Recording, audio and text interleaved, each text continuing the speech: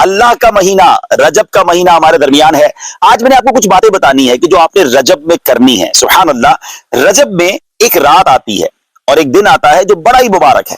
وہ 27ویں رجب ہے, وہ شب معراج ہے. وہ رات عبادت میں گزارنی ہے اور وہ دن روزہ رکھنا ہے. اس کی فضیلت کیا ہے؟ نبی پاک علیہ الصلوۃ والسلام کا فرمان عالی شان ہے کہ حضرت ابو ہریرہ رضی اللہ عنہ فرماتے ہیں جو کوئی 27ویں رجب کا روزہ رکھے اللہ عز و جل اس کے لیے 60 مہینے کے روزوں کا ثواب لکھے گا. اللہ اکبر. اسی تاریخ کو نبی پاک علیہ الصلوۃ والسلام کو معراج شریف کا عظیم الشان معجزہ نصیب ہوا. چنانچہ اس دن جو روزہ رکھتا ہے, نبی پاک علیہ الصلوۃ والسلام فرماتے ہیں رجب میں ایک دن اور رات ہے, جو اس دن روزہ رکھے اور رات قیام یعنی عبادت کرے تو گویا اس نے 100 سال کے روزے رکھے. فرمایا 100 برس کی شب بیداری کی, اور یہ رجب کی 27ویں رات ہے. تو پتہ چلا 27ویں شب کو عبادت کرنی ہے, 27 رجب کو روزہ رکھنا ہے. اب آئیے ہمیں اس رات کچھ نوافل پڑھنے ہیں. وہ کیا ہے؟ رجب میں ایک رات جس میں نیک عمل کرنے والے کو 100 برس کی نیکیوں کا ثواب ہے, وہ 27ویں شب ہے, 27th نائٹ آف رجب, جو اس میں 12 رکعتیں اس طرح پڑھے کہ ہر رکعت میں سورہ فاتحہ اور کوئی ایک سورت, اور ہر 2 رکعت پر التحیات پڑھے, اور 12 پوری ہونے پر سلام پھیرے. اس کے بعد 100 بار یہ پڑھے سبحان اللہ والحمد للہ ولا الہ الا اللہ واللہ اکبر, اور پھر استغفار 100 بار پڑھے, درود شریف 100 بار پڑھے, اور دنیا اور آخرت میں سے جس چیز کی چاہے وہ دعا مانگے. صبح روزہ رکھے تو اللہ پاک اس کی سب دعائیں قبول فرمائے گا سوائے اس دعا کے جو گناہ کے لیے ہو. تو 27th نائٹ 12 رکعت نفل پڑھنی ہے, اور 12 پوری ہونے پر سلام پھیرنا ہے. ٹھیک ہے, ایک ساتھ 12 رکعت نفل پڑھنی ہے, اور 100 بار کیا پڑھنا ہے؟ سبحان اللہ والحمد للہ ولا الہ الا اللہ واللہ اکبر. 100 بار استغفر اللہ ربی من کل ذنب واتوب الیہ پڑھ لیں. 100 بار کوئی بھی درود شریف پڑھ لیں, پھر دعا مانگے, انشاءاللہ دعائیں قبول ہوں گی. کسی پریشانی میں ہے, کسی بیماری میں ہے, کسی تکلیف میں ہے, تو یہ رجب کی 27ویں شب کو ٹارگٹ بنا لیں. انشاءاللہ عبادت کریں, 27 رجب کا روزہ رکھیں اور یہ نفل پڑھ لیں. نبی اکرم نور مجسم صلی اللہ تعالی علیہ وسلم کا فرمان عالی شان ہے شب جمعہ اور روز جمعہ, یعنی جمعرات کا سورج ڈوبنے سے لے کر جمعے کا سورج ڈوبنے تک مجھ پر درود پاک کی کثرت کیا کرو. جو ایسا کرے گا روز قیامت میں اس کی گواہی دوں گا اور شفاعت بھی کروں گا. سبحان اللہ. یعنی یہ جو وقت گزر رہا ہے شب جمعہ اور روز جمعہ, یہ کثرت سے درود پاک پڑھنے کا وقت ہے. ان اوقات میں بالخصوص دیگر فضول باتوں سے بچ کر, فضول کاموں سے بچ کر زیادہ سے زیادہ درود پاک پڑھنے ہیں. آئیے مل کر محبت کے ساتھ بآواز بلند درود پاک پڑھ لیں. صلو علی الحبیب صلی اللہ تعالی علی محمد صلی اللہ علیہ وسلم. پیارے اسلامی بھائیوں, بیر سبا یہ ایک تاریخی شہر ہے جو کہ فلسطین کے قریب ہے. یہ بہت بڑا شہر بن گیا ہے. پہلے وہ ایک چھوٹا سا گاؤں تھا. عربی میں بیر کنویں کو کہتے ہیں, اور سبا کا معنی ہے 7. یہ جو گنتی والا 7 ہوتا ہے نا, 7. تو اب اس کو بیر سبا کیوں کہا جاتا ہے؟ 7 عدد والا کنواں, اس سے کیا مراد ہے؟ اس کے بارے میں مختلف روایات ہیں. ایک روایت یہ ہے کہ اللہ کے نبی حضرت ابراہیم علیہ السلام کو جب آگ میں ڈالنے کا واقعہ پیش آیا تو آگ جب آپ کے لیے گلزار بن گئی, اس واقعے کے بعد آپ نے ایک علاقے بابل کی طرف ہجرت کی اور مصر سے ہوتے ہوئے اس جگہ پر پہنچے جہاں یہ بیر سبا, یہ کنواں موجود ہے. اس وقت حضرت ابراہیم علیہ السلام کی عمر جوانی کی عمر تھی. اللہ پاک نے آپ کو بہت سارا مال عطا فرمایا. آپ کے پاس مویشی جو تھے, گائے, بھینسیں اور دیگر جانور بہت زیادہ ہو گئے تھے. یہاں تک کہ لوگ آپ کو شیخ صالح, نیک بزرگ کے نام سے پکارتے تھے. اللہ کے آپ نبی بھی تھے تو آپ سے بڑی لوگ محبت کرتے تھے, آپ کو شیخ صالح کہہ کے پکارتے تھے. اب یہ ہوا کہ آپ کی کچھ لوگوں نے بے ادبی کی اور آپ سے کہنے لگے کہ آپ یہاں سے چلے جائیں. حضرت ابراہیم علیہ السلام نے کوئی لڑائی جھگڑا نہیں کیا, اپنا سامان اٹھایا اور آپ اس علاقے سے چلے گئے اور جبرون نامی شہر تشریف لے گئے, جس کو آج کل اس شہر کو الخلیل کہتے ہیں. بہرحال اللہ کریم انبیاء کرام کی یہ ادبی کیسے معاف فرماتا. اللہ پاک تو اپنے نبیوں سے بڑی محبت فرماتا ہے. رب کریم بے ادبوں کو ضرور سزا دیتا ہے. اب کیا ہوا کہ اس علاقے کے لوگوں کو یہ سزا ملی کہ جب وہ اس کنویں کے پاس پہنچے جہاں سے پانی لیتے تھے, اس سارا کنواں جو ہے وہ سوکھ گیا تھا. بلکہ اس شہر میں جتنے بھی کنویں تھے سارے ہی سوکھ گئے تھے. یہ لوگ بڑے پریشان ہوئے کہ پانی کا ایک قطرہ نہیں, کدھر گیا پانی؟ کچھ لوگوں نے کہا کہ شیخ صالح کی بے ادبی کی ہے, اللہ کے نیک بندے کو ہم نے تنگ کیا ہے, یہ ہو سکتا ہے اسی وجہ سے بے ادبی کی ہمیں سزا ملی ہے. اب یہ لوگ پھر حضرت ابراہیم کی بارگاہ میں حاضر ہوئے, معافی مانگنے لگے کہ حضور ہمیں معاف کر دیں, ہم نے آپ کو باہر نکال دیا, حضور واپس آ جائیں, اس شہر میں پھر کرم فرمائیں. حضرت ابراہیم علیہ السلام نے کہا کہ میں تو نہیں آتا, اب تم میری 7 بکریاں لے جاؤ, ایک ایک بکری کو ایک ایک کنویں کے پاس کھڑی کر دو, جیسے ہی وہ بکریاں کنویں کے پاس پہنچے گی انشاءاللہ کنویں میں پانی واپس آ جائے گا. اب یہ لوگ 7 بابرکت بکریاں لے کر واپس آئے, جو ہی انہوں نے بکریوں کو کنویں کے پاس کھڑا کیا, اللہ کی رحمت دیکھیں اسی وقت کنویں ابل پڑے اور دیکھتے ہی دیکھتے پانی سے کنویں بھر گئے. اسی وجہ سے اس مقام کا نام بیر سبا یعنی 7 بکریوں والا کنواں یہ نام مشہور ہو گیا.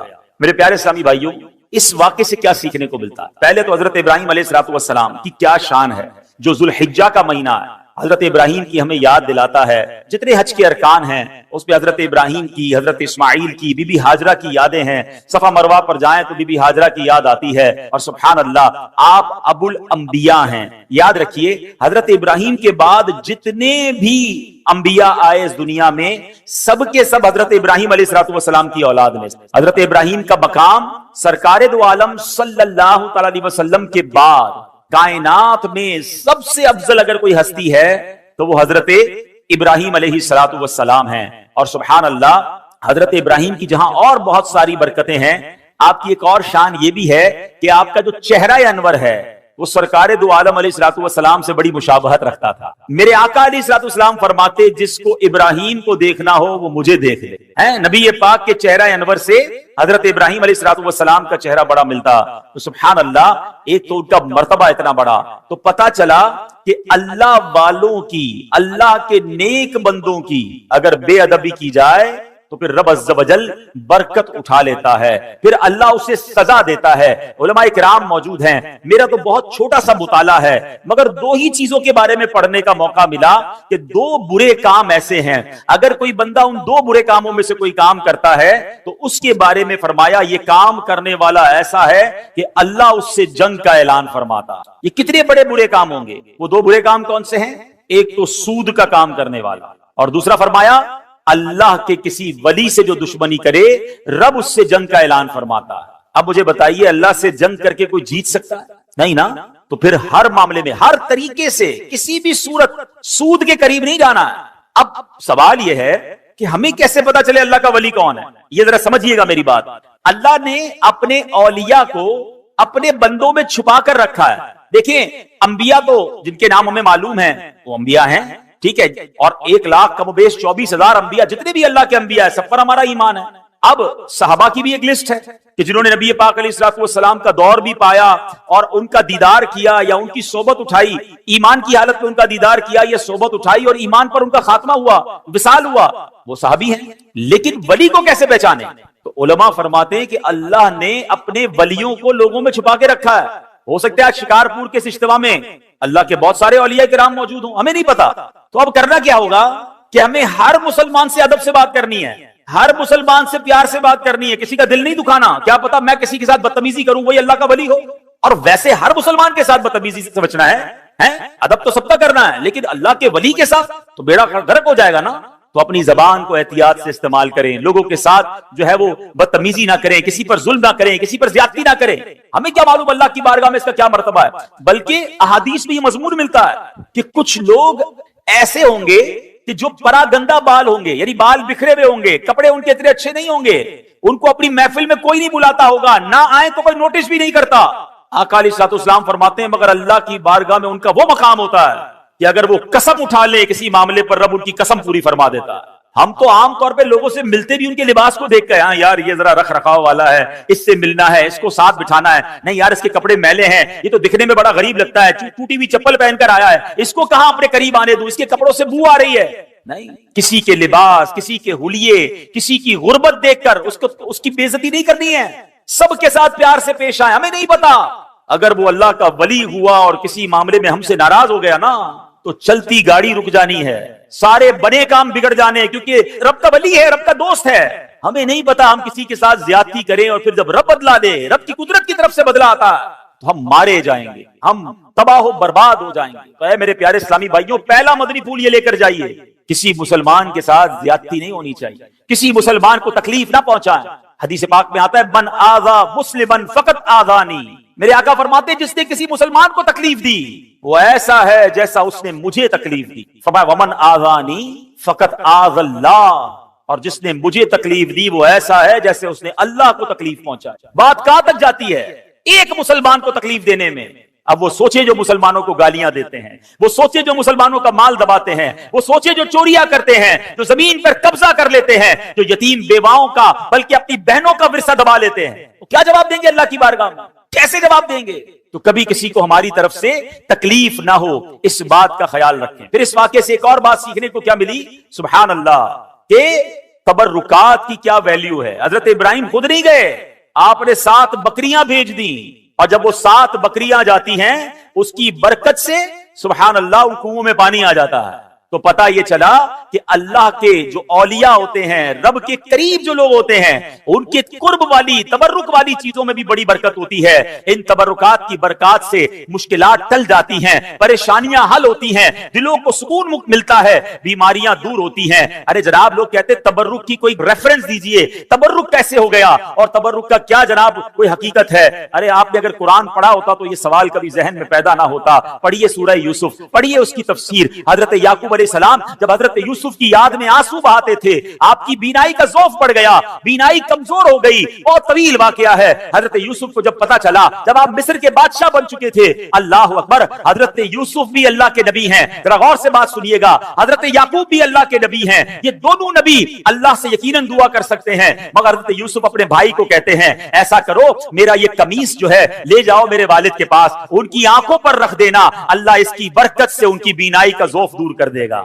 اور یہ واقعہ قرآن میں بیان ہو رہا ہے. اگر تبرک کی ویلیو نہ ہوتی تو حضرت یوسف دعا فرماتے، یقیناً اللہ کے نبی ہیں، وہ دعا فرماتے، اللہ ضرور دعا کرم فرماتا. مگر سبحان اللہ، یہ قرآن کا واقعہ بتا رہا ہے کہ اللہ والوں کی نسبت رکھنے والی چیز میں اللہ کریم نے اپنی رحمتوں سے برکت ڈالی ہے. تو تبرک کی اہمیت سمجھیے، اور اللہ والوں کا اگر کوئی تبرک مل جائے تو اس کا ادب کرنا چاہیے. ایک جملہ یاد کر لیجئے، با ادب با نصیب، اور بے ادب بد نصیب. جو ادب نہیں کرتا اس کو برکتیں نہیں ملتی. سبحان اللہ. حضرت ابراہیم کی بات چل رہی ہے، قرآن مجید فرقان حمید میں تبرکات کی بات ہو رہی ہے نا. آؤ ایک اور تبرک کے بارے میں بتاتا ہوں جس کا ذکر قرآن میں موجود ہے، اور جس تبرک کو دیکھنے کی بلکہ اس کے قریب نماز پڑھنے کی ہر مسلمان کے دل میں آرزو ہوتی. اور وہ کون سا تبرک ہے؟ اللہ قرآن میں فرماتا ہے وَاتَّخِذُوا مِن مَقَامِ إِبْرَاهِيمَ مُصَلًّى، اور اے مسلمانوں تم ابراہیم کے کھڑے ہونے کی جگہ کو نماز کا مقام بناؤ. مقام ابراہیم کیا ہے؟ ایک پتھر ہے. حضرت ابراہیم علیہ السلام اس پتھر پر کھڑے ہو کر کعبے کی آپ نے تعمیر فرمائی، اور سبحان اللہ یہ کمال کا پتھر ہے. اب دیکھیے آج شکارپور کے اس فیضان مدینہ میں ہم بیٹھے ہیں، اس کی چھت جب بنی ہوگی کسی انسان کا ہاتھ تو نہیں پہنچا ہوگا نا، کوئی نہ کوئی لفٹ لگائی گئی ہوگی، اس کے بعد وہ شٹرنگ لگاتے ہیں، مزدور اوپر چڑھتے ہیں اور چڑھ کر کام کرتے ہیں. اگلا فلور ہو تو ایک اور لفٹ لگائی جاتی ہے، جتنا قد ہوتا ہے وہاں تک بندے کا ہاتھ پہنچتا ہے، اس کے اوپر کے لیے کسی لفٹر کی ضرورت پڑتی ہے. سبحان اللہ، 5000 سال سے پرانی بات ہے جب حضرت ابراہیم کعبے کی تعمیر کر رہے تھے. بتاؤ نا حضرت ابراہیم نے یہ قد سے اوپر پتھر کیسے رکھے ہوں گے؟ سبحان اللہ. تفاسیر میں یہ ملتا ہے کہ جس پتھر پر حضرت ابراہیم کھڑے ہو کر کعبے کی تعمیر کر رہے تھے، حضرت اسماعیل پتھر پکڑاتے جاتے،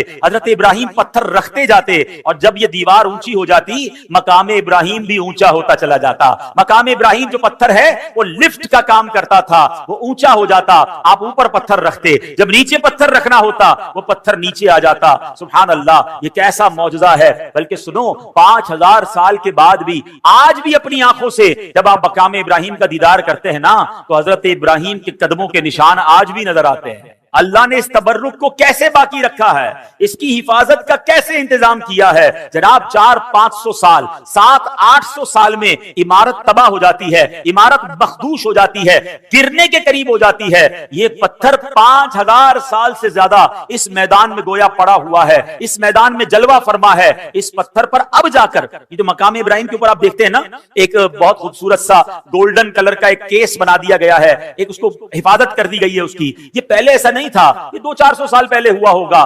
ہزاروں سال سے کھلے میدان میں یہ پتھر موجود ہے.